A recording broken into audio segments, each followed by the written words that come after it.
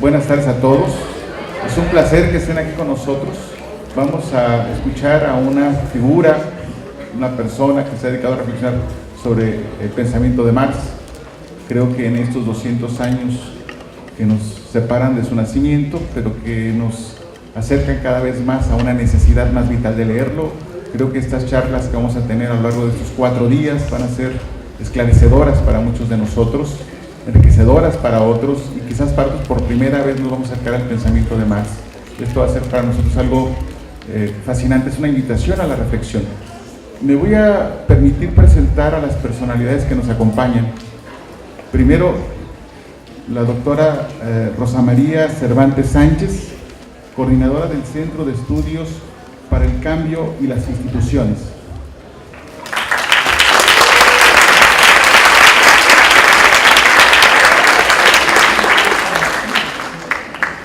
El doctor José Igor Israel González Aguirre, jefe del Departamento de Sociología.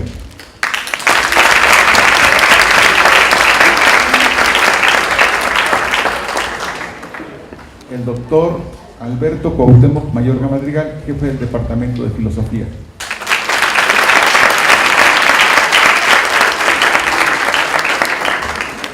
Y a nuestro conferencista, nuestro invitado, que es un honor que esté con nosotros, el doctor Luis Arizmendi Rosales.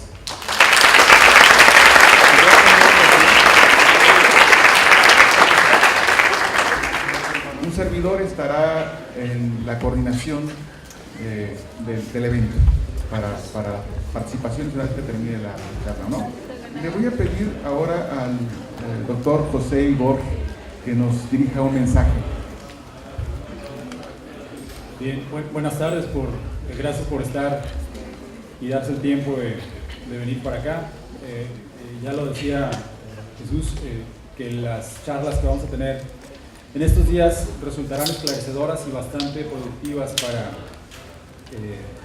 pues por lo menos para provocar y suscitar algunas reflexiones, sobre todo si pensamos que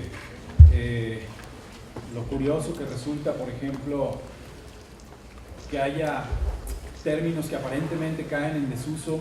Tenemos la idea de clase, la propia ideología como tal, como concepto, desde el triunfo, aparente triunfo fukuyamista de la versión liberal de la democracia y el fin de la historia, y cómo la propia realidad desmiente aquellas ideas y hace extremadamente necesario que voltemos a ver estas otras que se pensaban rancias y obsoletas, como para recuperarlas y tratar de comprender el mundo que nos rodea. Y no solo comprenderlo, sino también, como decía el amigo del que vamos a platicar hoy, también buscar transformarlo. Entonces vale la pena pues que estemos por acá platicando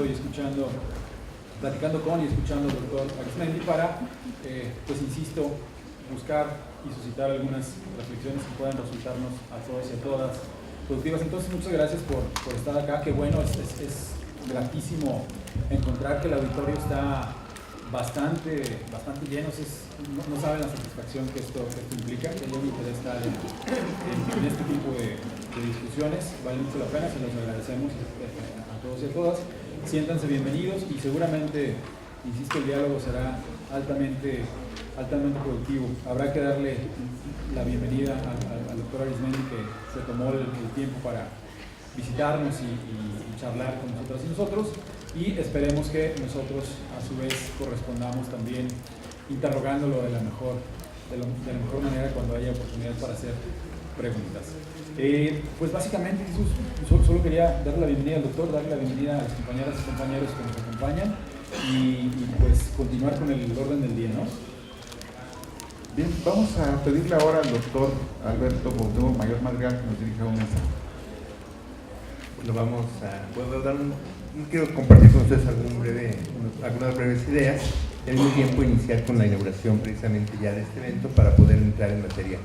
Bueno, quiero agradecer antes de iniciar a todos los que hacen posible que se realice este evento. Yo creo que pensar precisamente en la obra de Marx, en la propia figura de este pensador, pensar precisamente en un clásico que no puede pasar inadvertido en este centro universitario, donde una de las reflexiones fundamentales tienen que ver precisamente con lo que somos nosotros, nuestra relación que tenemos en la sociedad, y esto me parece que es una de las orientaciones fundamentales o de las metas fundamentales que llevan a la reflexión dentro de este centro universitario. En este sentido, me parece que la convergencia que tenemos aquí de estudiantes del área de sociología, estudiantes del área de derecho, estudiantes del área de filosofía, todos vamos a tener unos días de un enriquecimiento y podemos decir de muy enriquecedor, reflexiones filosóficas, sociológicas en torno a este pensador imprescindible. Bueno, sin más preámbulos y para poder iniciar precisamente con con nuestro invitado, al cual agradecemos muchísimo la disposición que ha tenido para estar con nosotros, al doctor Luis Arizmendi, quiero declarar, siendo las 18:25, declarar formalmente inaugurado el ciclo de conferencias en homenaje a la vida y obra de Carlos Marx. Enhorabuena y esperamos que esto será todo un éxito. Muchas gracias.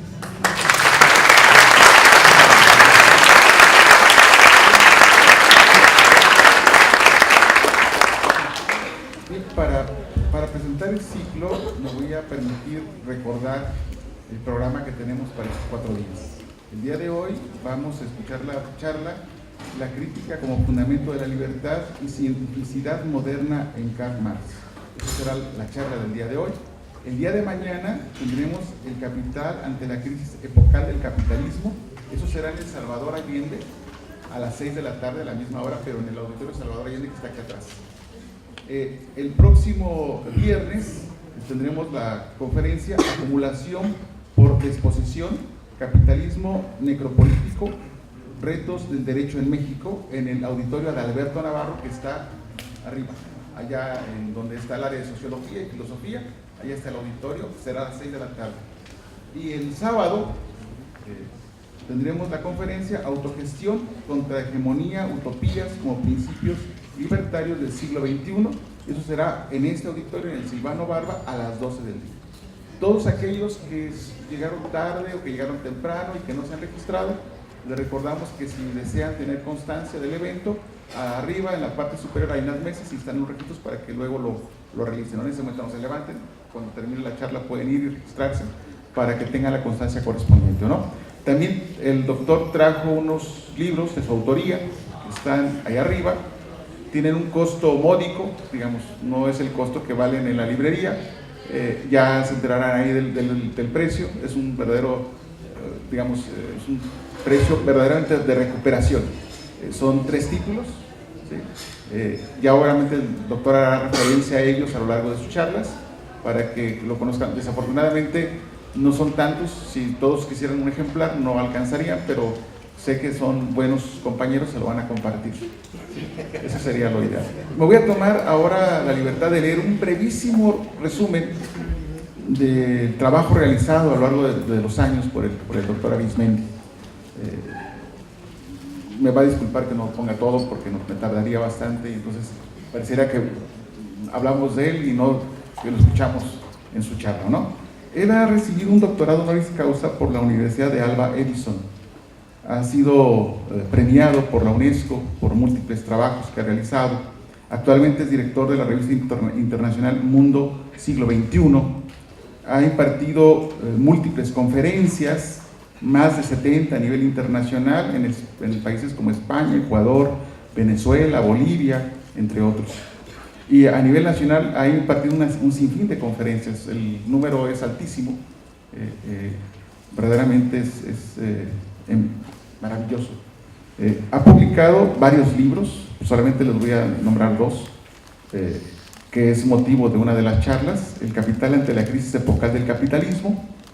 Un texto que está por aparecer, Walter Benjamin, La dialéctica de la modernidad y sus prismas.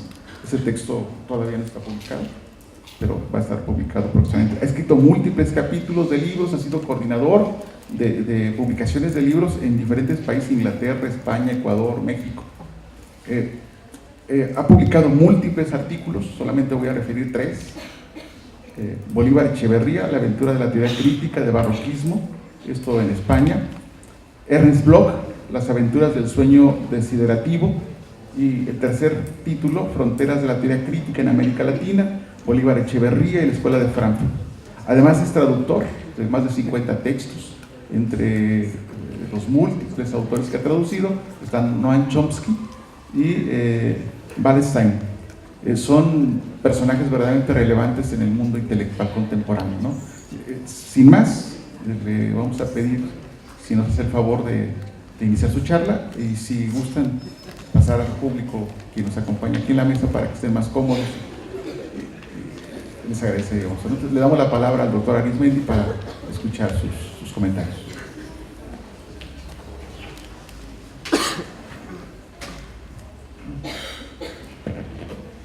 Por principio, agradecer, por supuesto, la generosa invitación a la maestra Cecilia Lozano y al doctor Ernesto Pimentel, que han tenido esta excelente iniciativa de conmemorar la racionalidad crítica que Marx fundó. No había estado por acá. Es todo un gusto estar en este centro de la Universidad de Guadalajara por primera vez. Agradezco también la sensibilidad de las autoridades para abrir el recinto y dedicarlo a conmemorar el poderoso pensamiento de Karl Marx. Marx está de regreso en el siglo XXI y lo está poderosamente porque estamos insertos en un tiempo de peligro. El siglo XX no fue el siglo del progreso.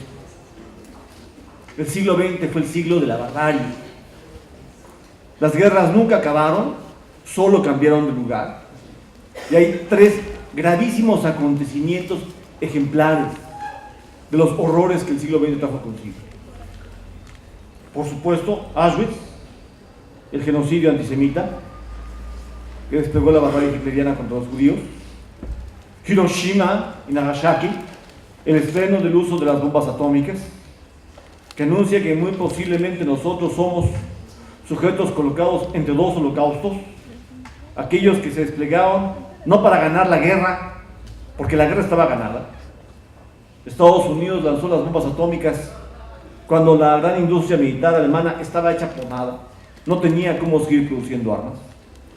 Lanzó las bombas atómicas para dejarle claro a la URSS y a Europa quién mandaba. El reparto de la geopolítica global. Y no solo Holodomor, la hambruna impuesta por el estalinismo en la URSS para destruir las comunas rurales en Rusia, algo similar a las comunidades indígenas de América Latina, y apropiarse del territorio para volverlo propiedad privada del Estado. Estos 3, Auschwitz, Hiroshima y Holodomor, son los nombres de la barbarie que vivió el siglo XX, que cambió de forma, pero jamás se detuvo. Estuvo en el principio, estuvo en el final. Y el siglo XXI ha comenzado sin aprender nada del siglo XX. El siglo XXI, de hecho, no solo es el continuum del siglo de la barbarie, se pinta solo, porque está llevando los horrores propios de la barbarie capitalista a niveles insólitos, a niveles inéditos. La historia del planeta azul está auténticamente en peligro. La crisis ambiental mundializada es un peligro real. Todos los cálculos que se forjaron en la última década del siglo XX y que hacían que muchos dijeran que nos exagerábamos la nota, que el peligro no existía, que no había tal devastación ambiental en curso. Todos los cálculos del desastre, de la devastación del planeta se quedaron cortos. La dinámica de la destrucción del planeta va mucho más rápido que lo que calculó la mayor extrapolación al final del siglo pasado. El siglo XXI es un continuum potenciado del siglo de la barbarie, del siglo XX, y es por eso que Marx está de regreso. Todas las ilusiones del mito del progreso, aquella formulación de que la historia contemporánea está regida como una especie de flecha que garantiza ir indeteniblemente hacia adelante, que el progreso económico llegará más temprano que tarde para todos, que todos tendremos acceso a un mejor nivel de vida, en el norte y en el sur, todas aquellas ilusiones de que el progreso político, especialmente en su forma de democracia americana, de elecciones regulares, iba a traer no solo el tiempo del post-imperialismo, el agotamiento de las relaciones de poder en el planeta, sino además de entrada a una era de paz. Todas esas ilusiones están hechas pedazos. Estamos en un auténtico tiempo de peligro. Y en este escenario global, México se pinta solo. Constituye una de las peores configuraciones en la historia del capitalismo, no de América Latina, en la historia del capitalismo mundial. La tasa de violencia insólita que vivimos en México hace de México un estado de excepción de facto.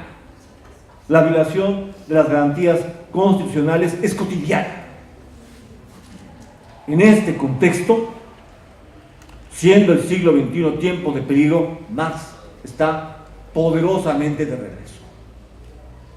Toda aquella formulación del posmodernismo, omnia sub luna caduca, todo bajo la luna es caduco, eso es lo que se ha vuelto caduco.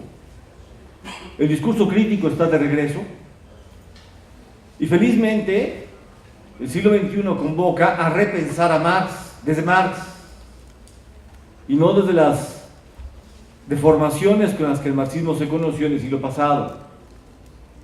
El siglo pasado mundializó al marxismo, pero a través de dos versiones que hicieron de él, para recordar una atinada expresión de Sartre, un saber que no sabe nada, un saber impotente, un saber que autodestruye la criticidad que le debería ser inmanente.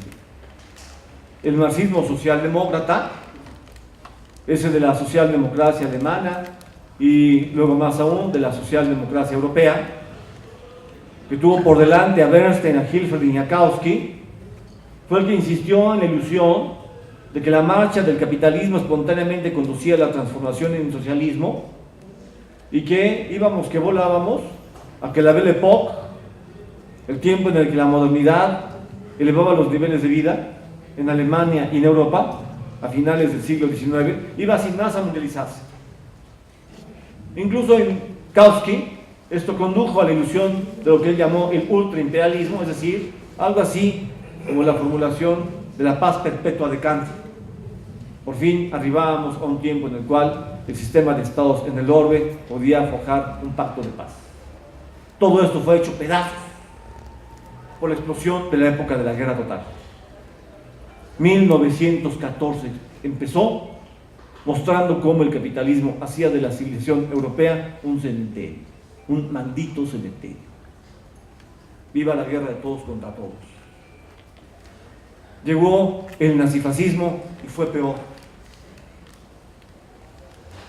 El marxismo soviético nació en la URSS no como un discurso para propulsar la edificación histórica del reino de la libertad, sino como un discurso regularmente conocido como marxismo-leninismo, que no tenía nada que ver con Marx y tampoco con Lenin, porque en muchos de sus últimos escritos, el primero que insistió en dar cuenta de la URSS como una forma de capitalismo, usando explícitamente el concepto capitalismo de Estado, fue precisamente Lenin. Y eso es lo que el stalinismo intentó borrar de la perspectiva.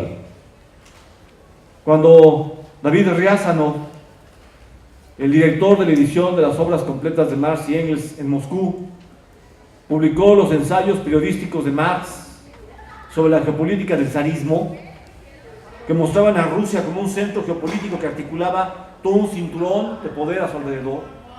con estados satélite subordinados. Cuando Riázano publicó estos importantes ensayos sacados de la pluma de Marx, ensayos que permitían leer el antecedente reeditado bajo otra forma con el capitalismo peculiar, despótico de la URSS, para conformar una nueva geopolítica, la geopolítica de la Unión Soviética y sus estados satélite. Cuando Riázano publicó estos ensayos de Marx, Stalin no mandó matar a Riázano. Stalin mandó matar a Riázano y a toda su familia, y no me refiero a su familia nuclear, me refiero a todo aquel que llevara el apellido Riázano. No se debía volver a hablar de eso. Rubel publicó un importantísimo libro, casi desconocido en la historia del marxismo en América Latina, que lleva por nombre Marx y Engels, autores malditos en la URSS. Justo en la racionalidad crítica de Marx se fundaba la antesala para cuestionar poderosamente a la Unión Soviética. El marxismo socialdemócrata y el marxismo soviético hicieron del marxismo un saber que no sabe nada. Si uno intenta acercarse al marxismo por ahí, va a entrar en un cul-de-sac, en un callejón sin salida. Eso no lleva al marxismo. Felizmente en el siglo XXI no es así, como estamos hablando de Marx. En un tiempo de peligro, en el que el siglo de la barbarie tiene un continuum potenciado más radical, se está releyendo a Marx en tanto Marx. Por eso está de regreso en el debate internacional El Capital de Marx. Se están escribiendo muy importantes obras sobre el capital. En Brasil, en Argentina, en México, en Alemania, en Italia, en Francia, en Inglaterra, en Canadá, en Estados Unidos. Eméritos de muy importantes universidades, también en el norte, son marxistas. El debate sobre Marx está de regreso. La Unión Europea tuvo que hacer un homenaje a Marx este año. La memoria sobre el pensador más importante en la historia de la humanidad, para decirlo como lo decía Engels. Y de Engels Marx decía que era uno de los mayores eruditos en la historia de Occidente, nada más. Y este es el que decía de Marx, que Marx era el mayor pensador en la historia de la humanidad. El regreso a discutir a Marx, en tanto Marx, es crucial en el siglo XX. Y en este sentido, entonces, el término crítica está convocado a ser entendido en toda su profundidad fundacional. Cuando Marx fundó la racionalidad de la crítica de la economía política, de la crítica a la economía y la política en la modernidad capitalista. Si se intenta un acercamiento al término crítica desde su definición liberal, no puede más que emerger un inocultable obstáculo. Una formulación como la de Gadamer: crítica es la disposición a entrar en una interlocución en la cual, en función del diálogo establecido con el otro, con los demás, se esté dispuesto a transformarse. Crítica, así entendido, es una negación de la crítica. Se parece, está completamente en la línea de un planteamiento como el de la acción comunicativa de Habermas. No puede ser que todos los interlocutores tengamos idéntico estatus de legitimidad. Si se va a reunir un campesino opuesto a los transgénicos, un estudiante de la UNAM opuesto a los porros, un teólogo de la liberación que luchó contra las dictaduras militares en Centroamérica, un filósofo antinazi europeo, con un simpatizante de las dictaduras militares de Pinochet y de Videla, con un simpatizante de las Fuerzas Armadas de Estados Unidos. o con un representante del neonazismo europeo, no puede ser que todos tengamos idéntico estatus de legitimidad y estemos abiertos a transformarnos en función de lo que el neonazismo nos diga. Entendido así, el término crítica es impotente, no sirve. Pareciera una apertura, en verdad es una cerrazón. Es una cerrazón para cuestionar la barbarie como corresponde. Si el término crítica es entendido en su definición filosófica formal, esto es, recordando a Kant, tendríamos una aproximación inicial creativa, pero inevitablemente insuficiente. Para Kant, crítica es el nombre de un proyecto teórico que tiene que dar cuenta de las condiciones de posibilidad y de los límites de su objeto de estudio. Así lo deja explícitamente formulado Kant en la Crítica de la razón pura. Dar cuenta de la teoría del conocimiento, dar cuenta del conocimiento humano, exige dar cuenta de su condición de posibilidad y de su límite. ¿Qué hace factible el conocimiento humano? Es una creación. Los conceptos son creación. ¿Cuál es su límite? ¿Hasta dónde llega?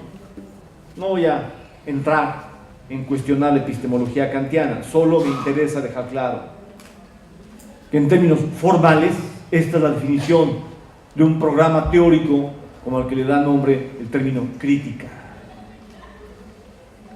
La crítica de la razón dialéctica de Jean-Paul Sartre, sí, también es una obra que da cuenta de las condiciones de posibilidad de la razón dialéctica y de los límites de la razón dialéctica, el pensamiento dialéctico, la racionalidad dialéctica, aquella que tiene que entender la libertad como fundamento de la historia, o sea que los hombres hacen la historia incluso sin que lo sepan, que los hombres son responsables de la historia para bien o para mal y frecuentemente para mal, de que la historia es creación humana que frecuentemente se produce de noche sin saberlo, que las cosas se hacen y no se saben.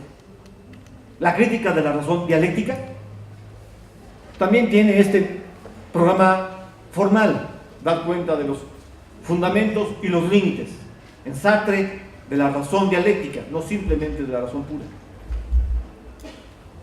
Entre Kant y Sartre, la crítica de la economía política de Marx, sí, da cuenta de los fundamentos, es decir, del origen de la economía y la política en el capitalismo, de la génesis del capitalismo, la acumulación originaria del capital mundial, la violencia político-destructiva que devastó el precapitalismo para edificar el capitalismo, la masacre y el genocidio, la sangre en la acumulación originaria, y sí, también da cuenta de los límites, la tendencia al derrumbe de la mundialización capitalista. Siendo esencial, no es suficiente. El término crítica, en el siglo XX, en el siglo de la barbarie, nunca fue definido mejor, como en la intervención de un autor enorme como Max Horkheimer, este importante líder de la Escuela de Frankfurt. Para Horkheimer, crítica es el nombre de un proyecto que tiene como fundamento la impugnación irrenunciable a la crisis de la civilización. O para decirlo de otro modo, al binomio indisociable que se integra en nuestra era entre capitalismo y barbarie. El capitalismo no solo constituye el binomio capitalismo-crisis, y es una ilusión aquella de suponer que las crisis son desestabilizaciones pasajeras derivadas de errores en política económica. Regresan y cada vez peor. La larga depresión de finales del siglo XIX fue europea. La gran depresión del siglo XX fue intercontinental, europea, estadounidense, japonesa, y desembocó en la Segunda Guerra Mundial. La crisis contemporánea, la crisis del capitalismo del siglo XXI, es planetaria. Cada vez son más grandes, cada vez son peores, y esta pone en peligro la historia del mundo y de la civilización. Las crisis son cada vez peores, pero el binomio capitalismo-crisis tiene que llevar a un binomio histórico-político más radical, al binomio capitalismo-barbarie. No existe capitalismo sin barbarie. No existe capitalismo sin ejercicio de la violencia. El reto, en todo caso, reside en descifrar el peculiar modo en que el capitalismo hace valer el ejercicio de la violencia. Constituye un sistema histórico indudablemente violento y tiene diferentes configuraciones históricas, cada una de las cuales ejerce en diferente modalidad y medida la violencia. Esto no es irrelevante. El capitalismo no es un plato, tiene modos de ser, configuraciones históricas. La intervención de Horkheimer lo dejó claro. Él, cuando hablaba de crisis de la civilización, estaba apuntando directamente a Auschwitz, a los campos de concentración. Horkheimer, Adorno, Marcuse son marxistas y son judíos. No están jugando. Una formulación como la de Hannah Arendt se volvió la piedra de toque de la sociología liberal del siglo XX, pero en verdad del grueso de la historiografía del siglo pasado. Aunque tiene la interesante intervención de incluir en su término totalitarismo al nazismo hitleriano y al estalinismo ruso, formas del Estado total, del Estado violento que controla la economía, la política, la cultura, que interviene en todo el sistema de convivencia social. Aunque el término totalitarismo llevaría a explorar las similitudes entre el nacionalsocialismo hitleriano. El nazismo es un término que sintetiza nacionalsocialismo, y el socialismo de un solo país, o si quieren, el socialismo nacional estalinista. Aunque el término de Hannah Arendt, totalitarismo, tiene la virtud de que integra en un solo bloque al nazismo hitleriano y al estalinismo ruso, en ambos casos, y especialmente respecto de Hitler, trata esto como una especie de relámpago que llegó a interrumpir la marcha del progreso presuntamente inmanente al siglo XX. Para Hannah Arendt, Hitler y los bárbaros modernos son un relámpago que llegó de fuera, no tiene nada que ver con el capitalismo.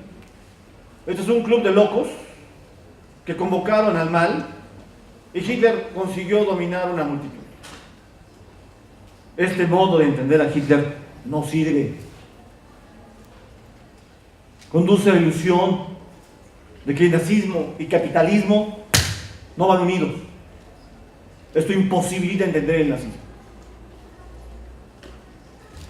La formulación de Hannah Arendt de que el caso Eichmann, este nazi juzgado por subir a la gente a los trenes para llegar a Auschwitz,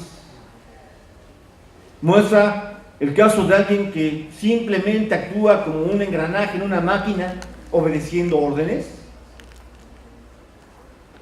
Fue todo un shock para la comunidad de los judíos.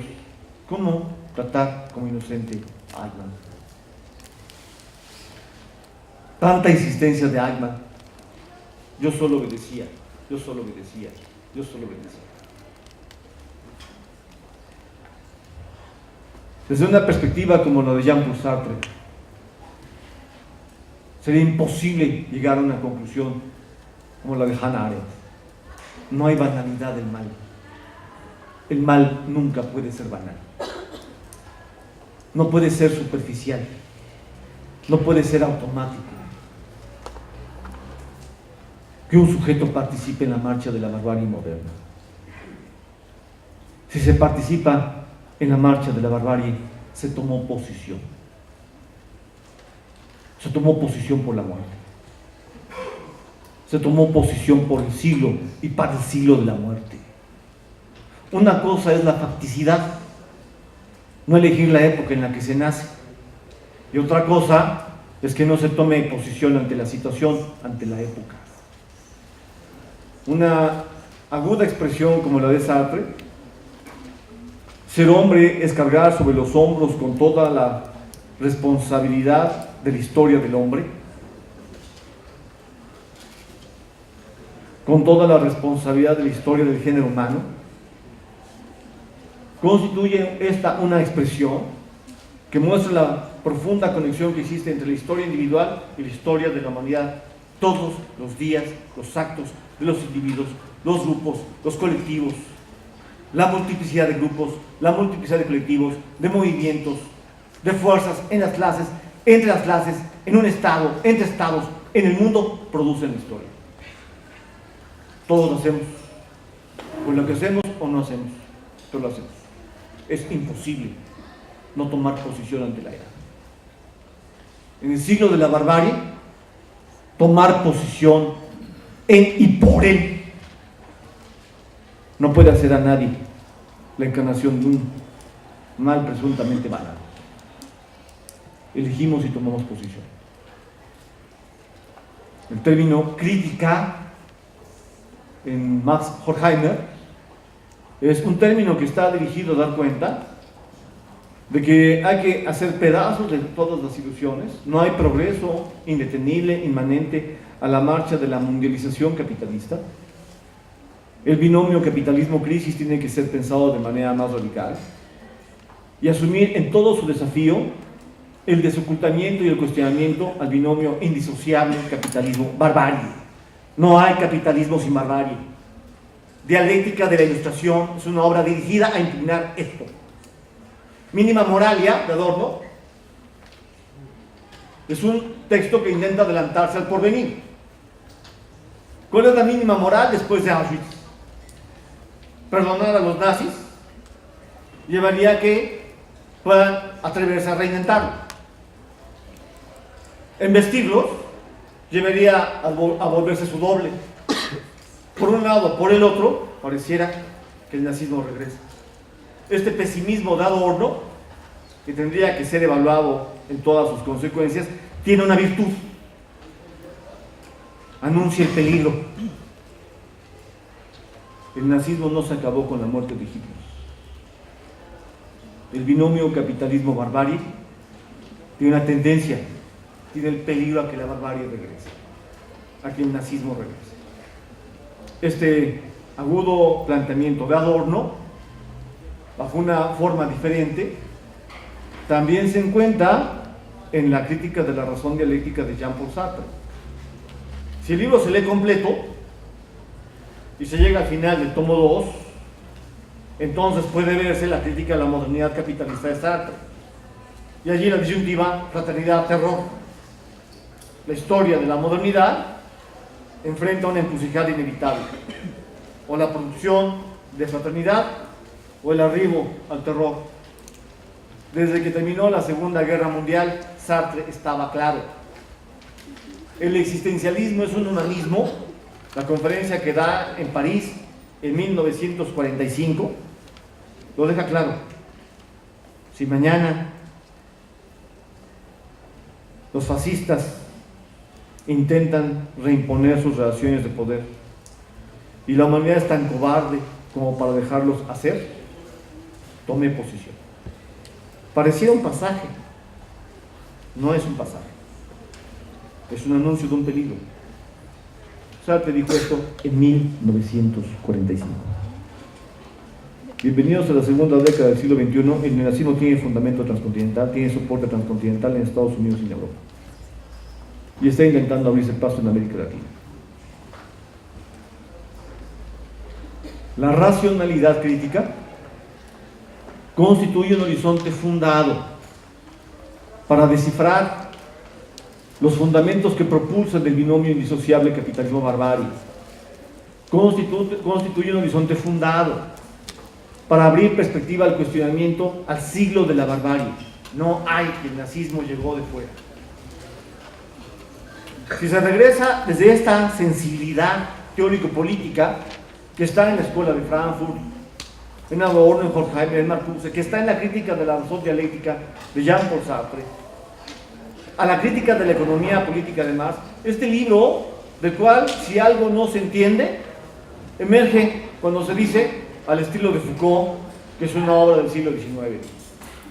Cuando Foucault dice que Marx se mueve como un pez en el agua, hace un alarde arrogante, no conoce el capital, habla de lo que no sabe. La crítica de la economía política de Marx es una obra a la que jamás le hubiera interesado estudiar exclusivamente el siglo XIX. Cualquiera que crea que a Marx le interesaba estudiar exclusivamente el siglo XIX no entiende nada. Si incluso simplemente en términos kantianos hubiera entendido que el término crítica significaba dar cuenta del origen y del límite, hubiera captado la necesidad ineludible de asumir e entender la tendencia del mundo. Pero el horizonte de intelección propio de la crítica de la economía política es más complejo aún. Y para avanzar en eso, y es muy positivo hoy día, mostrar el debate internacional en las lecturas sobre el capital en el norte y en el sur. Si entramos en un debate actualizado sobre el significado contemporáneo de El Capital de Marx, si entramos en el debate norte-sur sobre el capital de Marx, podríamos decir que hay una importante, interesante interpretación que abrió Wallerstein cuando insistió en entender el tren secular en función de su relación con la tendencia descendente a tasa de ganancia. Wallerstein, el mayor discípulo de Braudel, igual que Braudel, asume que para entender la historia del capitalismo hay que descifrar su tendencia secular. En la traducción al español de Civilización Material, Economía y Capitalismo, Braudel propuso que su obra fuera traducida dejando el término tren, así en inglés, porque convoca a que el término tren refiera a lo que él está apuntando, no a lo que espontáneamente podría creerse. Y para Braudel, tren secular es la tendencia que atraviesa siglos rigiendo la marcha del capitalismo. Eso es el tren secular, del siglo XVI en adelante. Wallerstein le da una nueva forma. En esto Braudel finalmente hizo una intervención débil porque dejó todo planteado en términos de la dinámica de precios. Wallerstein le da una nueva forma, y para Wallerstein hay tres trenes seculares que rigen la marcha del capitalismo como sistema mundial. Uno, el tren secular al ascenso del salario real. Él cree que entre el largo siglo XVI y principios del siglo XX hay una primera fase ascendente del capitalismo como sistema mundo, y que de 1900 a 2050 hay una segunda fase descendente. Esto sucede, dice él, porque avanza el capitalismo destruyendo las zonas rurales no capitalistas, una desruralización de la economía mundial que concentra a la población en las ciudades, haciendo posible que los movimientos sociales crezcan y por tanto la propulsión al ascenso del salario internacional. El efecto dominó inevitable para él, dice, será que la tendencia de la tasa de ganancia en el mundo apuntará a caer. De este modo Wallerstein coloca la tendencia, una presunta tendencia ascendente del salario internacional como fundamento de la tendencia descendente de la ganancia internacional. ¿Se entendió? Lo complementa con la formulación de que igual los movimientos sociales podrían así, ya concentrados en las ciudades, arrebatarles a los estados más servicios de educación, de vivienda, de salud, etc. De suerte que lo que cabe llamar salario indirecto, lo que el Estado tiene que pagar para la reproducción de la fuerza de trabajo nacional, también aumentaría, provocando en consecuencia también la tendencia descendente a tasa de ganancia mundial. Y a esto agrega Wallerstein los costos ecológicos de la producción capitalista. En la medida en que se destruye la naturaleza, hay que pagar por intentar relimpiar el mundo. Y eso tarde o temprano afecta a la acumulación, provocando también la tendencia descendente a tasa de ganancia. Ascenso del salario real, ascenso del salario indirecto, costos ecológicos de producción crecientes, los tres juntos producen tendencia descendente a tasa de ganancia. Interesante. Interesante porque está intentando conectar la ley de la tendencia descendente a tasa de ganancia planteada por Marx en el Capital con la discusión de Rudel sobre el tren circular, la tendencia que rige la marcha del capitalismo desde el siglo XVI hasta la mitad del siglo XXI. No lee la ley de la tendencia descendente en la media duración, ciclos de 20, 30, a lo más 70 años. Intenta leer la tendencia descendente a tasa de ganancia como tren secular y entonces que abarca todos los siglos del capitalismo. Interesante. Esta conexión es lo importante. Sin embargo, en el mismo momento en que abre una perspectiva innovadora, la obstruye Wallerstein.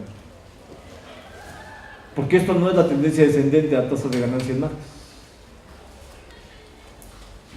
Para Marx, en la medida en que el desarrollo tecnológico en el capitalismo mundial es cada vez más poderoso, el capitalismo puede perfectamente aumentar los salarios y perfectamente aumentar las ganancias. Pero para nada el aumento del salario tiene invariablemente que crear una caída de tasa de ganancia. Es un espejismo de Wallerstein. Y ese planteamiento no es original de Wallerstein. Originalmente, sin tren secular, lo formuló David Ricardo. Hay una lectura ricardiana de la tendencia descendente de tasa de ganancia en Wallerstein. Esto no es Marx. Wallerstein cree que eso es Marx, pero es una lectura ricardiana de la tendencia descendente a tasa de ganancia. Si lo positivo, leer el Capital como una obra que descifra, que convoca a descifrar la historia multisecular del capitalismo, se mantiene superando el límite, leer mal la tendencia descendente a tasa de ganancia sin entender el poder de la técnica planetaria propia de la modernidad capitalista. Si lo positivo se mantiene, entonces hay que reconceptualizar la tendencia descendente como tren secular, la tendencia descendente a tasa de ganancia como tren secular. Y entonces emergen dos formulaciones sumamente importantes para entender el capitalismo del siglo XXI. La primera, la crítica de la economía política de Marx. Termina el libro primero con la ley general de la acumulación capitalista. Y el planteamiento de la ley general de la acumulación capitalista es, aunque atraviesa por ciclos de auge y crisis, y en el auge el capitalismo puede aumentar la ganancia y los salarios, y en la crisis golpea los salarios. Sin embargo, la tendencia epocal, la tendencia de la era que constituye la modernidad capitalista lleva a que a mayor desarrollo de la técnica planetaria, a mayor avance en la revolución tecnológica de la mundialización capitalista,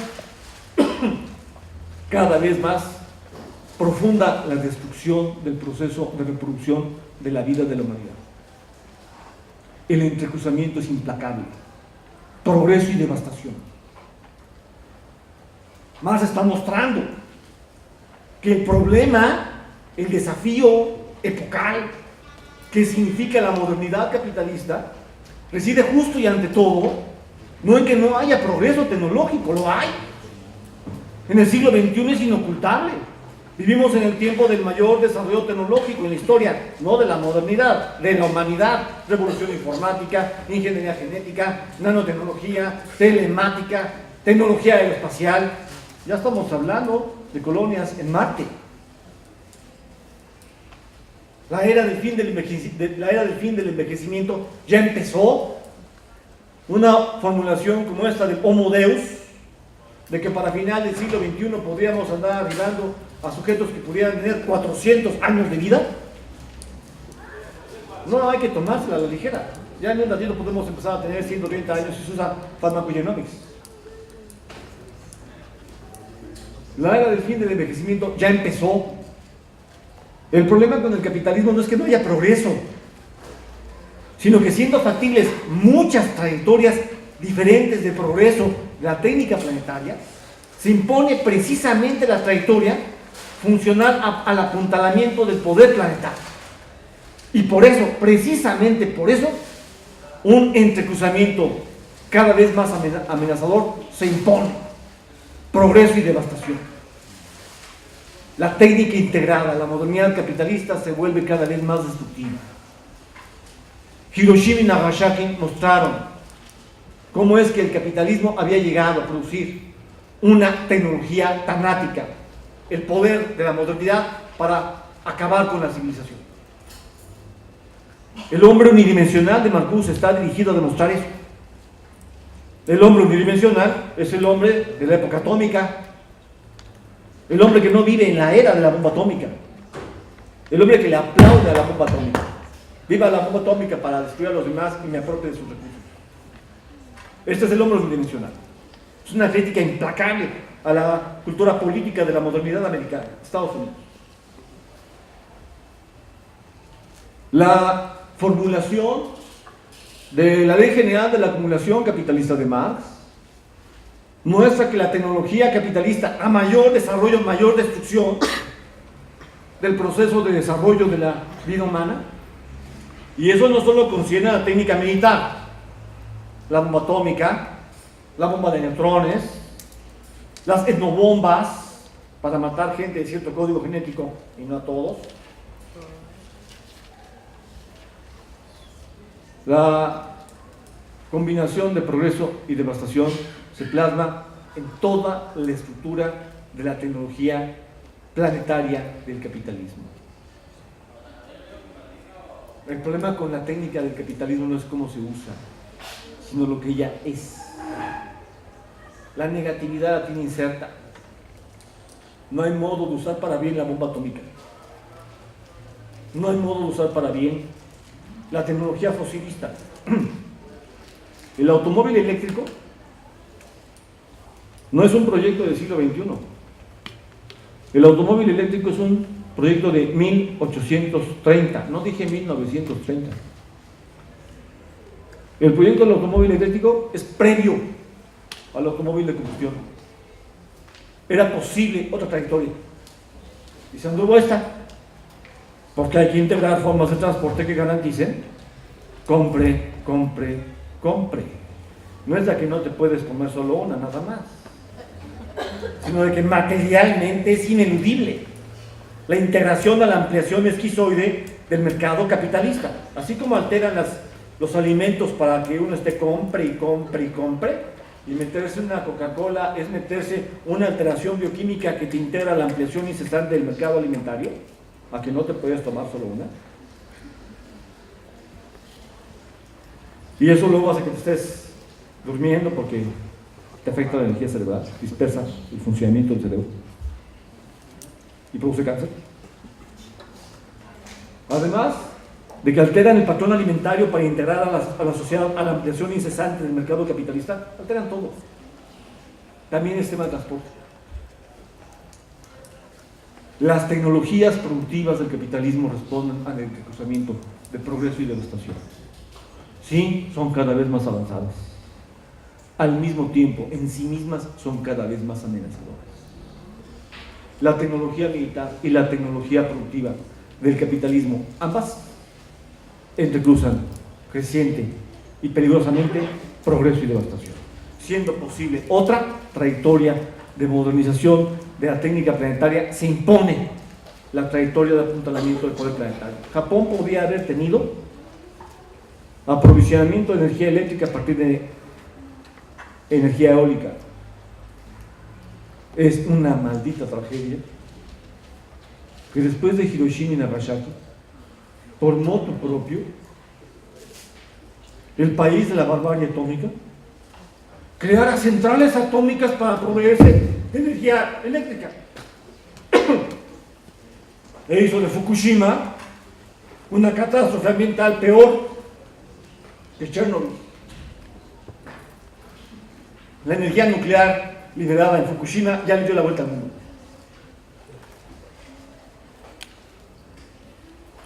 La Ley General de la Acumulación Capitalista además lo plantea así: a mayor desarrollo tecnológico, mayor crecimiento del ejército de reserva. Vean el término. Marx no está usando una alegoría, está llevando a cabo una importación teórico-política. El término ejército viene del argot militar, se introdujo en el discurso económico. Esto es crítica de la economía política. La crítica a la economía del capitalismo es la crítica a la política del capitalismo. En la medida en que el progreso tecnológico del capitalismo es cada vez más avanzado, en lugar de que el progreso de la técnica planetaria nos lleve a la abundancia, a que todos podamos cubrir pletóricamente todas nuestras necesidades, en lugar de que el progreso tecnológico lleve a que la guerra de todos contra todos se acabe, porque la guerra es por la escasez, por eso es la guerra, es la confrontación en la disputa por la riqueza, que le imprime a la violencia diferentes formas, hasta adquirir una forma decadente. Solo así se puede entender cómo ha bajado en México el precio para matar. 80,000, 60,000, 40,000, 20,000, 5,000, 2,000, 200 pesos. Órale. En el marco de la escasez, viva la guerra de todos contra todos. Justo cuando la técnica hace posible en la modernidad vencer la escasez, el capitalismo la reinstala artificialmente. Podría no haber, y la reinstala. Y al hacerlo, porque desemplea a la población, le da a la economía una forma de guerra. El ejército de reserva es el otro lado de lo que constituye el ejército en activo. Son dos ejércitos.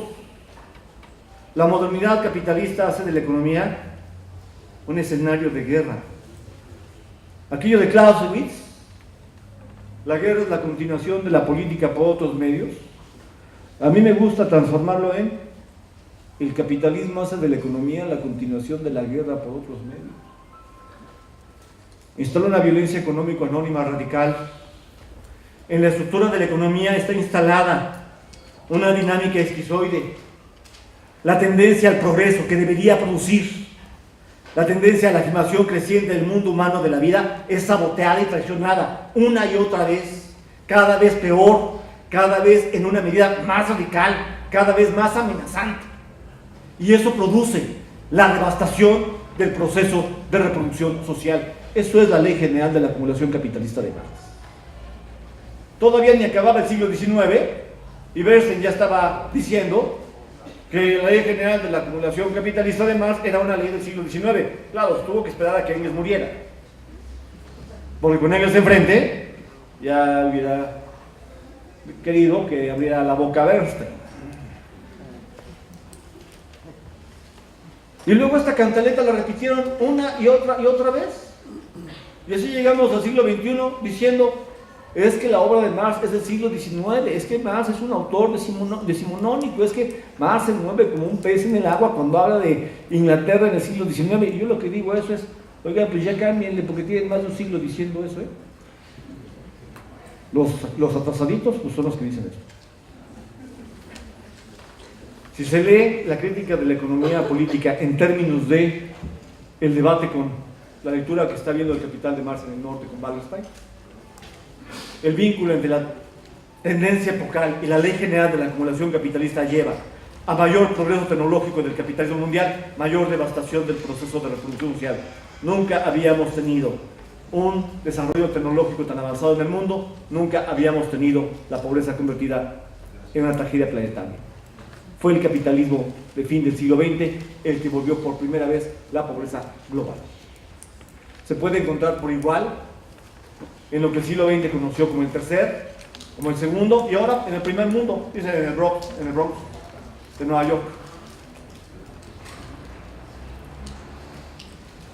Y si uno piensa en términos de la tendencia descendente a tasa de ganancia, mucha atención con lo que voy a decir. La tendencia incluye los mecanismos de contratendencia, que quedan absorbidos por la tendencia para ir más lejos ella a su vez. Es decir, una vez que las crisis capitalistas explotan, el primerísimo mecanismo para contrarrestar las crisis es la destrucción. Destruyendo se pone la premisa para hacer de la reconstrucción la vía de relanzamiento de la acumulación global. La crisis del 29 es incomprensible sin la Segunda Guerra Mundial. La crisis del 29 se contrarrestó haciendo de Europa un cementerio. Y fue después de la devastación de Europa y de Japón que vinieron lo que dieron a llamar los 30 gloriosos. Es muy conveniente para la sociología liberal, para la historiografía del poder, insistir en la ilusión de que Hitler llegó de fuera, porque entonces no fue la crisis, fue este loco que embarcó en la barbarie a la multitud. Pero lo que sucedió fue que explotó la crisis del 29 y el nazismo se multiplicó, porque muchos recordamos los campos de concentración antisemitas hitlerianos, pero se olvidan los campos de concentración antijaponeses en Estados Unidos. Se olvida las posturas similares a las de Hitler en Churchill. El nazismo era mundial. Lo que pasa es que la historia la escriben los vencedores. El mal era Hitler. Esta es la lectura de Estados Unidos, de la modernidad americana. El nazismo fue la forma que adquirió la necesidad de la devastación para contrarrestar la crisis y relanzar la acumulación. 50 millones de muertos. 50 millones de muertos. ¿Saben cuántos han muerto entre 1990 y 2005 en la crisis alimentaria mundial? 300 millones de muertos. 6 veces la Segunda Guerra Mundial. Bienvenidos al siglo XXI.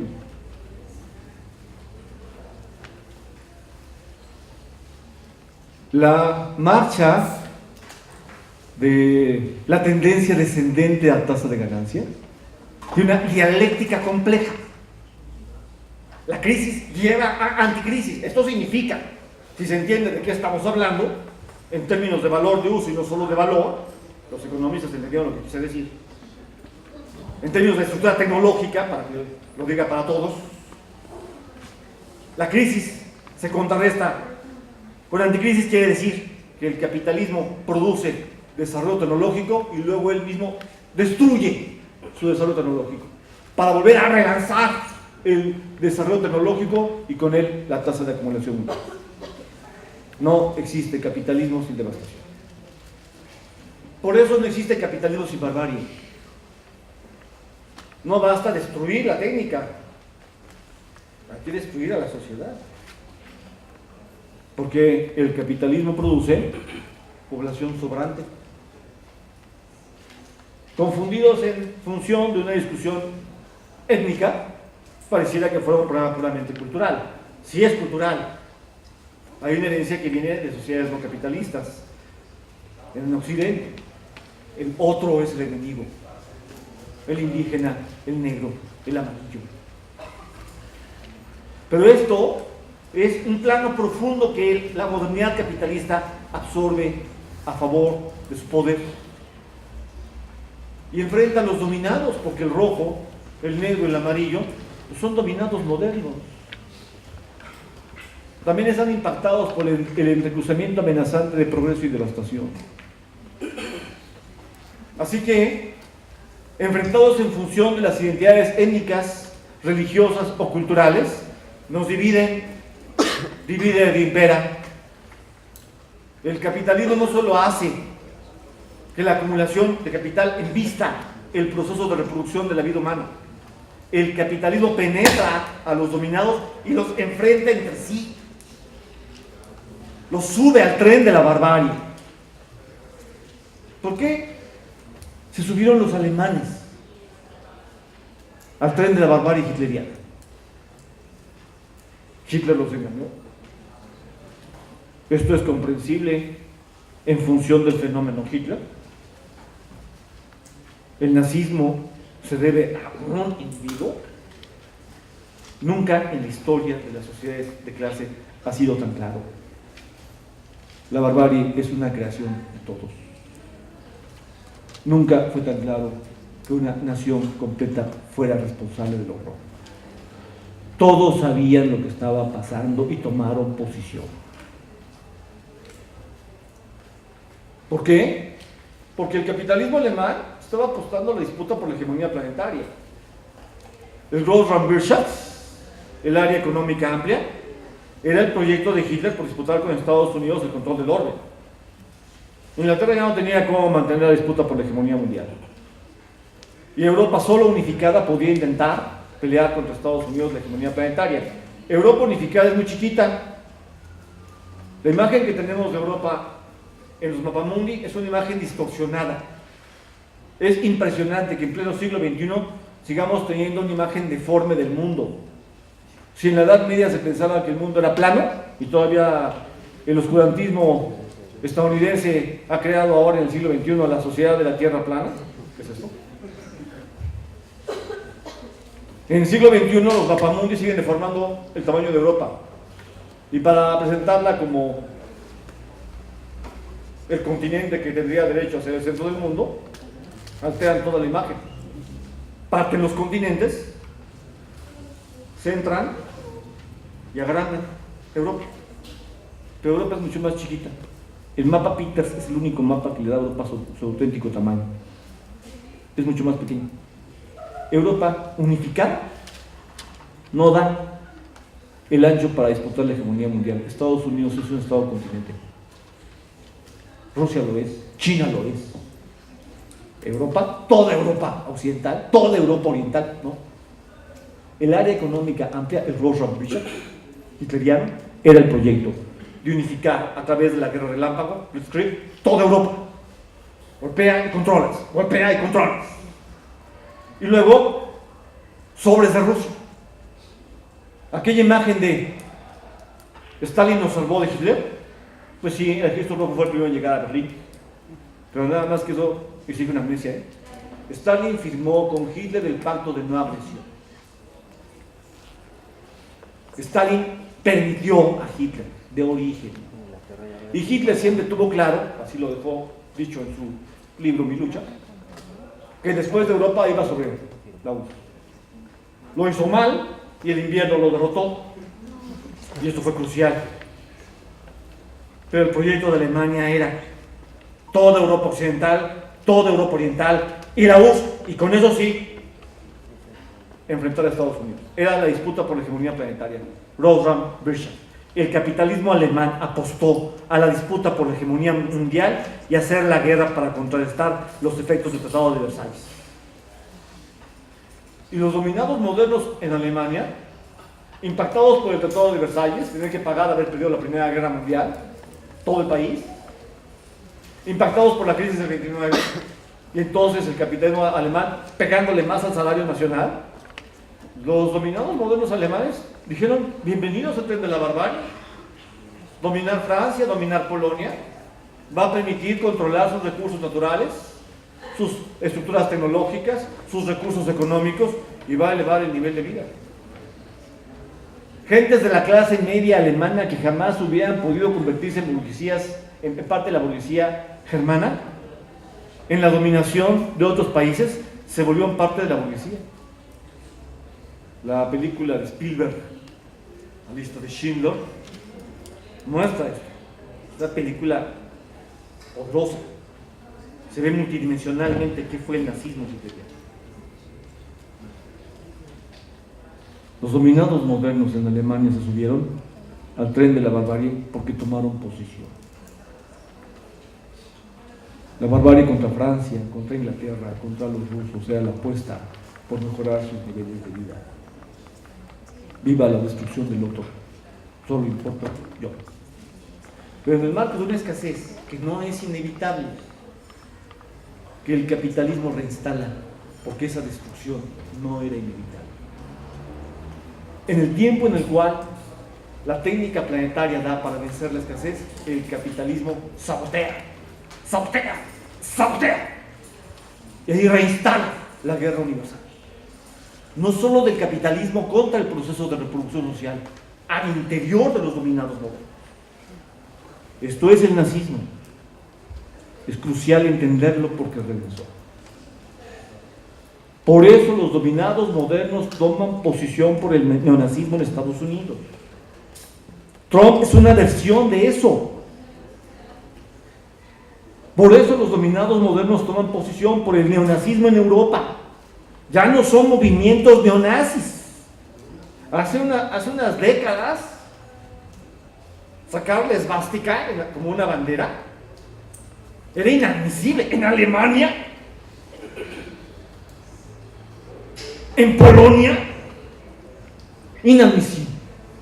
En Polonia, en Auschwitz, inadmisible. Ahora, ya no son movimientos, son partidos.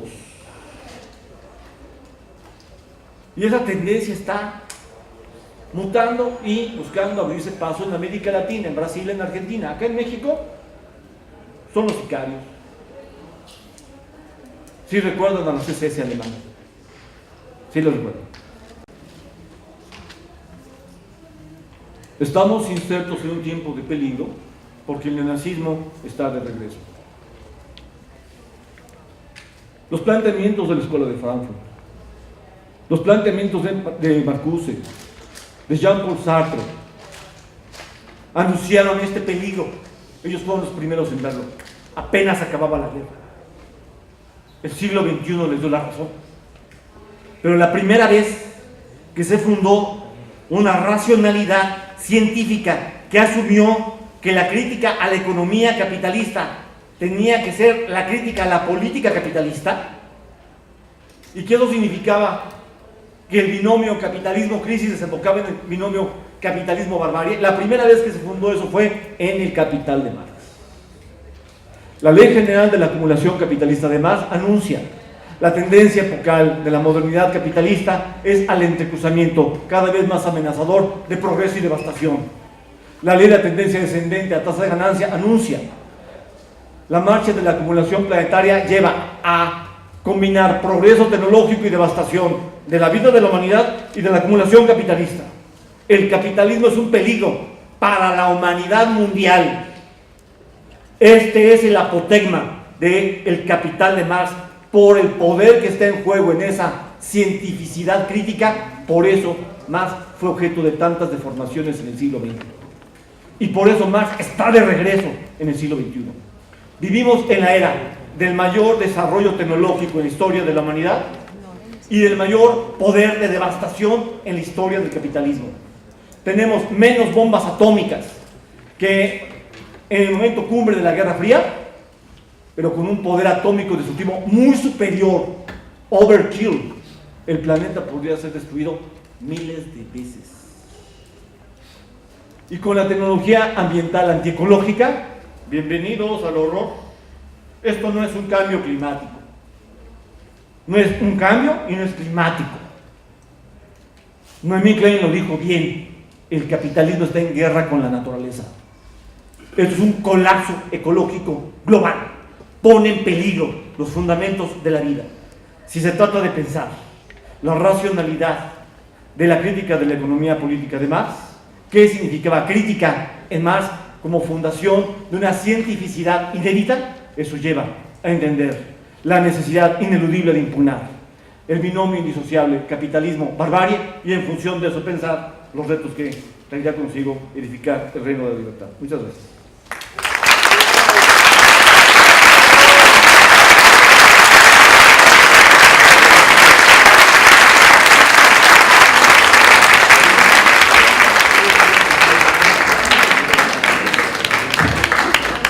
Capitalismo. ¿Cómo la sitúa en los fenómenos de cambio del capitalismo o adaptación de la sociedad mexicana al capitalismo? Gracias. Mi pregunta va lanzada a lo que es la cuestión actual, más que nada por esos partidos que ya se están dando el cinismo dar esta parte aguas de que son movimientos nazistas, no por el lado estadounidense, sino por el lado europeo, como es toda esta cuestión de la crisis que vivió Roma, y empezó, bueno, desde mi punto de vista y a lo que yo he estado viendo, todo este tipo de partidos lanzaron su auge en esta parte del mundo. Si empezó aquí o viene ya desde o sea, ya más americano la cuestión de ser tan, ¿cómo se podría decir? Cínico como para ya aventar el mensaje nacionalista de los nazis como partido. Pasemos el micrófono para que formulen las preguntas acá. Sí, buenas tardes. Soy Juan Carlos Cabrera. Tengo una pregunta sobre referente al capitalismo, que dice que el capitalismo es similar a la barbarie. Entonces, ¿cómo manejaría el socialismo? Mi pregunta. Maestra Ceci. Allá está. Buenas tardes. Acabo de terminar la licenciatura en Historia y algo que observé dentro de la licenciatura es que no hay dentro de los programas de la UDG el estudio, el análisis de Marx, así como se hace en esta plática.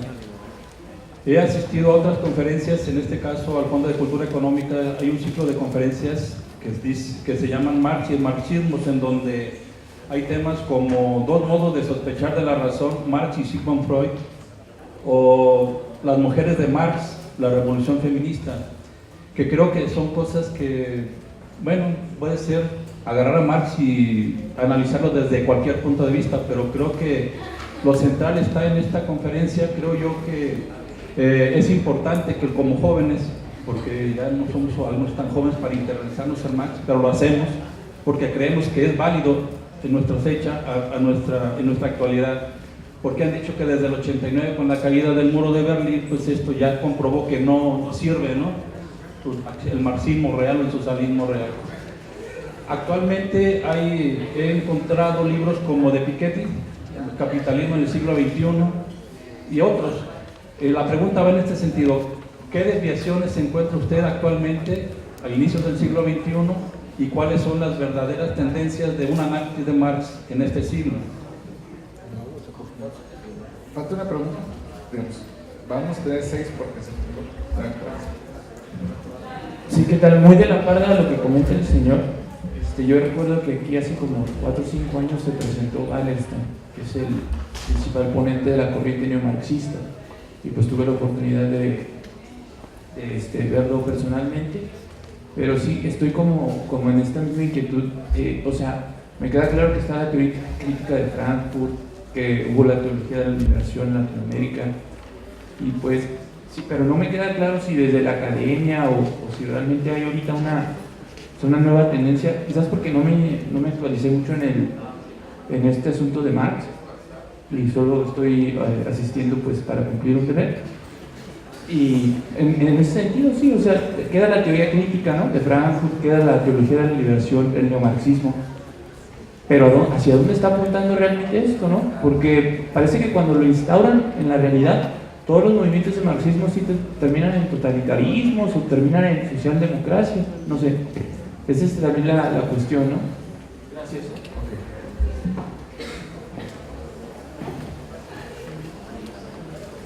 Es muy importante para poder asumir el reto que significa descifrar en todo su alcance el tiempo de peligro que constituye el siglo XXI. Regresar al marxismo en lo que cabe llamar el marxismo crítico. Que pondría por delante el binomio capitalismo-barbarie. La primera en formularlo en esos términos fue precisamente Rosa Luxemburgo, que dejó desde el folleto Junius completamente claro que la disyuntiva que rige a la mundialización capitalista es socialismo-barbarie.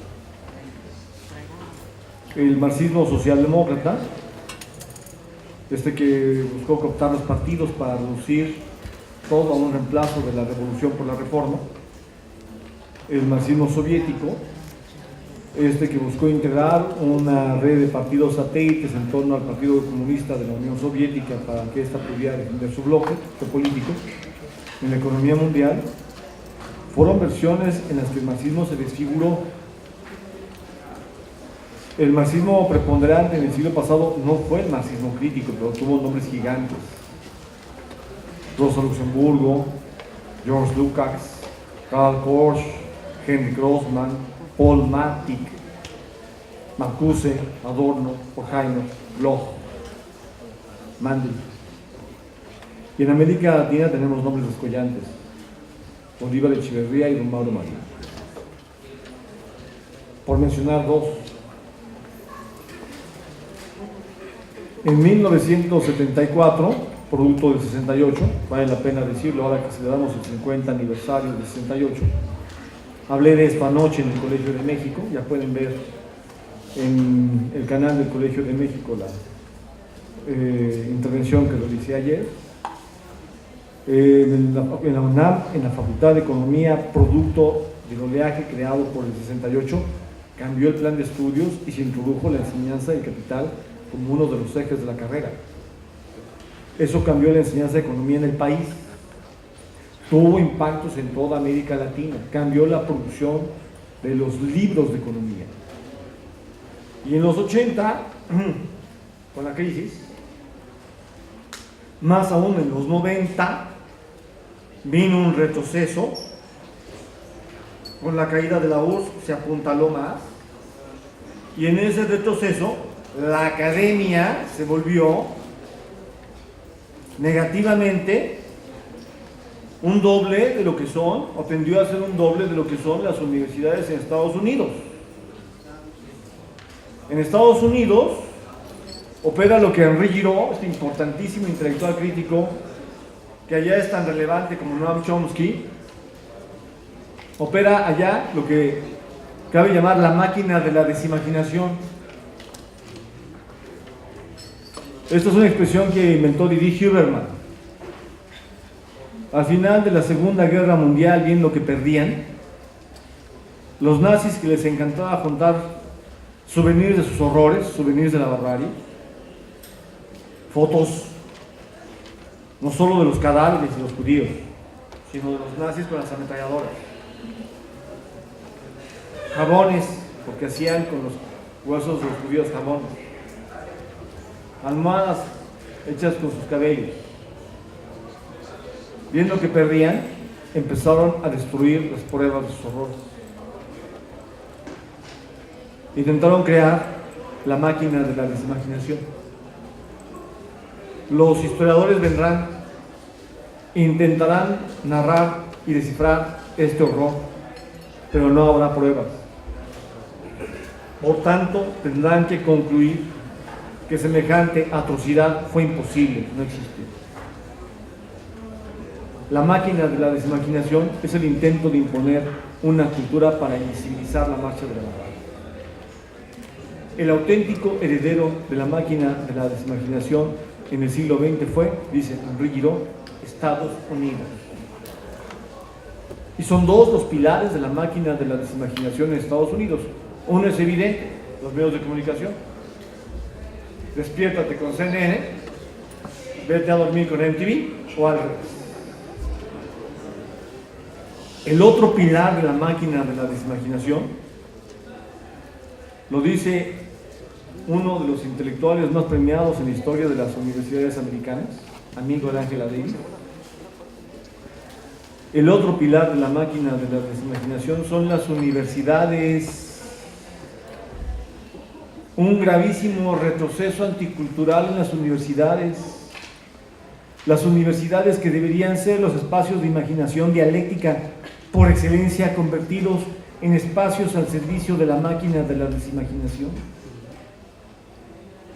En los 90, el modelo de la universidad americana intentó mundializarse y hoy está en crisis, hecho pedazos, porque desde los paradigmas del posmodernismo, desde los paradigmas del neoliberalismo y el monetarismo, no se puede entender el tamaño de la catástrofe que encaramos.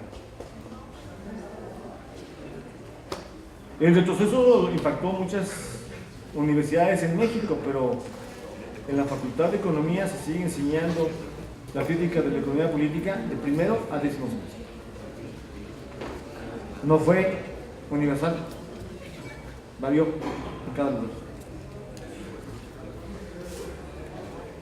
El debate sobre el capital está de regreso y es muy importante captar que la derecha lo está reconociendo. La intervención más notoria, por supuesto, es la de Piketty, el capital en el siglo XXI. Pero la lectura del capital de Piketty no solo es una lectura débil, es una lectura obstáculo. Así no se entiende el capital en el siglo XXI. Tiene una virtud. Piketty fue el primero que juntó la información estadística para dar cuenta de la historia de la desigualdad en el mundo. Muestra cómo es que en el siglo XIX la desigualdad generaba una polaridad radical en Europa, que en la marcha del siglo XX se fue cerrando la brecha y que al final del siglo XX se volvió a abrir hasta ser muy radical otra vez, pero ahora a nivel mundial. Esto es una virtud del libro de Piketty. Pero Piketty tiene una interpretación completamente contraria a la Ley General de la Acumulación Capitalista y la Ley de Tendencia Descendente a Tasa de Ganancia de Marx. Para Piketty, el capitalismo representa el progreso universal. Lee el capital desde el mito del progreso, Piketty. El problema con el capitalismo no es que no sea el progreso, es que las cosas se hacen mal. Pero si aplican mis propuestas de política económica para aprovechar las bondades de la actual revolución tecnológica, a todos nos va a ir bien. Este es el planteamiento de Piketty. Piketty lee el capital de Marx en un tiempo en el cual es ineludible regresar a él, pero de tal manera que eso es el anticapital de Marx, es lo contrario. Hay un importante debate que está sucediendo sobre el marxismo crítico. Y ese debate ha obligado a que otro de los pilares cruciales de la máquina de la desimaginación, los medios de comunicación, ya no solo la academia y Piketty, también ha tenido que reconocer la vigencia del capital en el siglo XXI. La BBC de Londres ha sacado interesantes notas sobre el capital, pero la BBC lo hace con ambivalencia. O sea, la teoría de la crisis de Marx tiene sus lecciones, pero el socialismo es igual al terrorismo, es igual al totalitarismo. Esta identificación de la modernidad americana, esta identificación demagógica, la quieren seguir haciendo valer. Para poder avanzar en el marxismo crítico del siglo XXI hay que dejar atrás esos lastres. La URSS nunca fue socialista. La URSS fue otra forma de capitalismo. Instaló un régimen de terror. Asesinó a toda la vieja guardia bolchevique, incluido Bukharin, que no había atacado a Stalin. No solo mataban a Trotsky en México. Se desarrolló un régimen de partido único. No había partido, no había elecciones. Un régimen de terror. Hubo armas atómicas. Se mató a todo el conjunto de fuerzas rebeldes de las comunas rurales rusas. Se levantaron para intentar resistir. Stalin les impuso una hambruna. Intentaron resistir. Eso es Holodomor, la hambruna de Ucrania. Y Stalin los asesinó. 10 millones de gentes mandadas a morir en trabajos forzados a Siberia para imponer la propiedad privada de la tierra por el Estado. Era otra forma de capitalismo. Yo le llamo capitalismo despótico, para aludir al despotismo asiático.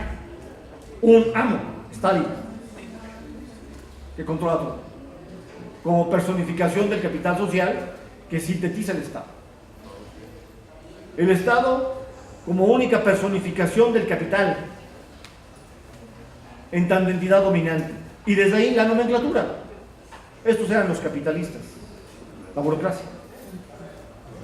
Esta identificación que construyó el Departamento de Estado de Estados Unidos Socialismo igual totalitarismo tiene que quedar atrás. Ya estuvo. Socialismo, en rigor, es el nombre de un sueño. Pero para construir una alternativa tenemos que aprender a soñar. Si los sueños siguen atrapados en las pesadillas, no vamos a poder soñar. ¿Es posible una modernidad al servicio de la sociedad humana? ¿Es posible una trayectoria de innovación de la técnica planetaria al servicio del mejoramiento del mundo humano de la vida? Por supuesto que sí. No hay destinos, hay elecciones. La historia de la humanidad es una creación. Si la historia de la humanidad es una tragedia, y hasta ahora preponderantemente es una tragedia, es porque los seres humanos elegimos que lo fuera. Por lo que hicimos o por lo que dejamos de hacer, por lo que decidimos entender y por lo que decidimos no entender. Colocados ante un desafío histórico, siempre hay mínimo 5 caminos posibles. No verlos no es casual. No es casual. Es el resultado de la toma de poder. Socialismo es el nombre de una utopía. Modernidad socialista es el nombre de un proyecto. Arrebatarle al capitalismo la modernidad para hacer de la técnica planetaria fundamento de la abundancia, de una abundancia auténtica, de la superación de la guerra de todos contra todos, de la paz real. Vivimos en un tiempo en el cual eso está a la mano, pero hay que aprender a pensar desde los pliegues de la era, en sus orillas, para ver que aquí y ahora otro mundo es posible, pero hay que luchar por él. La modernidad socialista es un proyecto tecnológicamente factible. Nunca, como en el siglo XXI, los poderes de la técnica automática habían sido mundiales. En términos materiales, en términos económicos, otra modernidad es posible, aquí y ahora. Pero hay una asimetría radical. Materialmente es posible, pero las capacidades humanas son muy débiles todavía. Nuestra confusión ante la barbarie es crucial para aprender a soñar. Hay que vencer la confusión con la era. Y en este contexto es muy importante percibir, ¿sí?, que el capitalismo produce necesidades artificiales, pero no solo. Produce una dominación material, real, de las necesidades. No solo es que vuelve necesario lo innecesario, ahí hay una dominación cultural, sino que domina materialmente la necesidad. Cuando Haussmann es contratado a mediados del siglo XIX, reestructura París.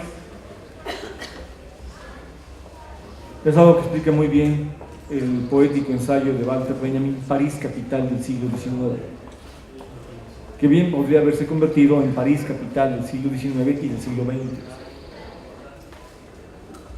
En la primera mitad del siglo XIX, París tiene una estructura urbana con una marca todavía pueblerina. Las calles son vericuetos, es laberíntica, los corredores son cerrados. Forma parte esencial de la resistencia de los movimientos revolucionarios parisinos, la estructura material de la ciudad. Las calles son muy pequeñas, si lanzan un destacamento no pueden entrar, entran poquitos, 10, 20, 30. Producir una barricada es muy sencillo. Se tumban las carretas, se echan los barriles, se les echan las cobijas y con unos cuantos aquí no pasan. Y no pasan. Y se repite, y se repite, y se repite. Ahora que volvió a nacer una película de la excelente novela de Víctor Hugo, Los Miserables, pues parecía muy complejo, otra vez Los Miserables, y sin embargo fue la mejor. No solo porque fue estilo Broadway, muy bien cantado, sino además porque se ve muy bien la importancia de la estructura material de la ciudad. En ninguna película de Los Miserables había quedado esto claro. En Contrapicada se ve cómo era París y la importancia del laberinto urbano para los más ricos. En 1852 el Estado francés contrata a Haussmann para reestructurar materialmente París, y Haussmann produce grandes avenidas. Tendemos a creer que son nada más para la rápida circulación de las mercancías y por tanto para acelerar la rotación del capital. Por supuesto, sirven a eso. Pero Haussmann construyó las grandes avenidas para derrotar los movimientos parisinos. Si hay una gran avenida, no puedes levantar una barricada. Si intentas levantarla, no das el ancho, te echan re fácil encima la caballería y la infantería. Ahí te ves. La derrota de la Comuna de París en 1871 se empezó a decidir en 1852, cuando Haussmann impuso la reestructuración material de París. El capitalismo domina materialmente la necesidad urbana, y al integrar el contenido material del espacio, establece una forma política de dominación. No es solo un dominio simbólico, artificial, es un dominio material, concreto, el valor de uso al servicio del poder capitalista. Esto es lo que está explicando Walter Benjamin en París, capital del siglo XIX, podría decirse del siglo XX, porque París se volvió prototipo de la mundialización de las ciudades capitalistas con base en lo que había pasado ahí en la segunda mitad del siglo XIX. Ahora podríamos decir Nueva York, capital del siglo XXI. Porque Nueva York está construida de tal manera que es la elite, Manhattan, y el resto. ¿Se les ocurre rebelarse? Levantas los puentes, proteges a la elite y bombardeas. La burguesía moderna estaba en los centros, ahora ha sido las periferias, en todas las ciudades importantes del mundo. La burguesía ya no está en los centros, porque ahí llegan todas las protestas sociales. Se fue a la periferia, donde estaban los barrios de los pobres. Ahí están las zonas de superlujo. Si hay que reprimir, es allá. Y yo me protejo con una gran distancia espacial. Nueva York, capital del siglo XXI. Es un dominio material, no solo cultural, simbólico. Y en este contexto resulta también importante captar qué pasó con México en los 80. México participó de la década perdida, así se llamó esa década para América Latina. Una década en la que no hubo crecimiento. En los 80 empezó lo que los 90 consolidaron. El Tratado de Libre Comercio es la peor tragedia que le haya pasado a este país. La anterior estructura tecnológica que cohesionaba al país fue hecha a pedazos. Y en su lugar se instalaron maquiladoras. Esto de que México es una potencia exportadora y que hay un superávit de México en el comercio con Estados Unidos, pues está bueno para engañar a químicos. Pero un economista pues sabe que si vas a calcular el comercio internacional, no puedes agarrar y sumar los precios de las mercancías que exportas y ya. Nada más está el pequeñito detalle que hay que restar. el precio de las mercancías que importas y que son las piezas que integran a las mercancías que transformas y luego exportas. Sí, 40, 50 o ahora con la renegociación del TLC, 70% de las partes de los automóviles tienen que venir de Estados Unidos, pues por favor, lo que exportas es solo el 30% del producto final. Con la potencia exportadora, solo tomar pelo. Lo que se hace es imponer un salario brutalmente bajo. México tiene la jornada laboral más larga en los países de la OCDE, con el salario más bajo. Ofrece al mundo una de las fuerzas de trabajo juveniles más mal pagadas, peor que los chinos, de ese tamaño. El ejemplo de punta de esto fue Pemex. En el mundo hay como 861 refinerías. Estados Unidos tiene como 152. Japón, que no tiene petróleo, tiene como 24 refinerías, si no me acuerdo mal. ¿Saben cuántas refinerías tiene México? 6. Somos el único país petrolero que ridículamente tiene 6 refinerías, operando al 40%. Vive a exportar petróleo barato para importar gasolina de cara.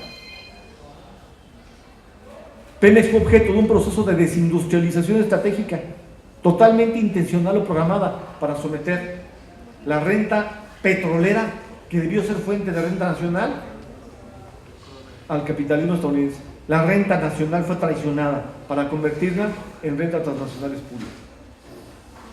La desindustrialización no solo fue para Pemex, fue nacional. Destruyó los corredores que unificaban al país tecnológicamente e instalaron corredores verticalmente vinculados a los circuitos de la acumulación del capitalismo transnacional, ante todo estadounidense. El país se descohesionó a su interior. Desaparecieron ramas completas. Ya todos ustedes, quién sabe si conocieron alguna vez algún juguete mexicano, bueno, el yoyo. Sobre la crisis epocal del capitalismo del siglo XXI, la peor crisis en la historia del capitalismo. Una crisis que constituye en sí misma una era, por eso la llamo la crisis epocal. La charla de pasado mañana es sobre México. ¿En qué consiste la acumulación por desposesión en todas sus configuraciones que integra México? Para que ahí se entienda el enorme reto que encaramos. Andrés Manuel López Obrador apenas es una ventana a la posibilidad de detener la barbarie. Hasta ahí llega. Lo demás es responsabilidad nuestra. Entenderlo o no entenderlo es nuestra responsabilidad. 6 años no son suficientes. Se llegó demasiado lejos en la relación de poder norte-sur. Entenderlo es nuestro reto. Y el sábado nos dedicaremos fundamentalmente a hablar de utopía. Muchas gracias.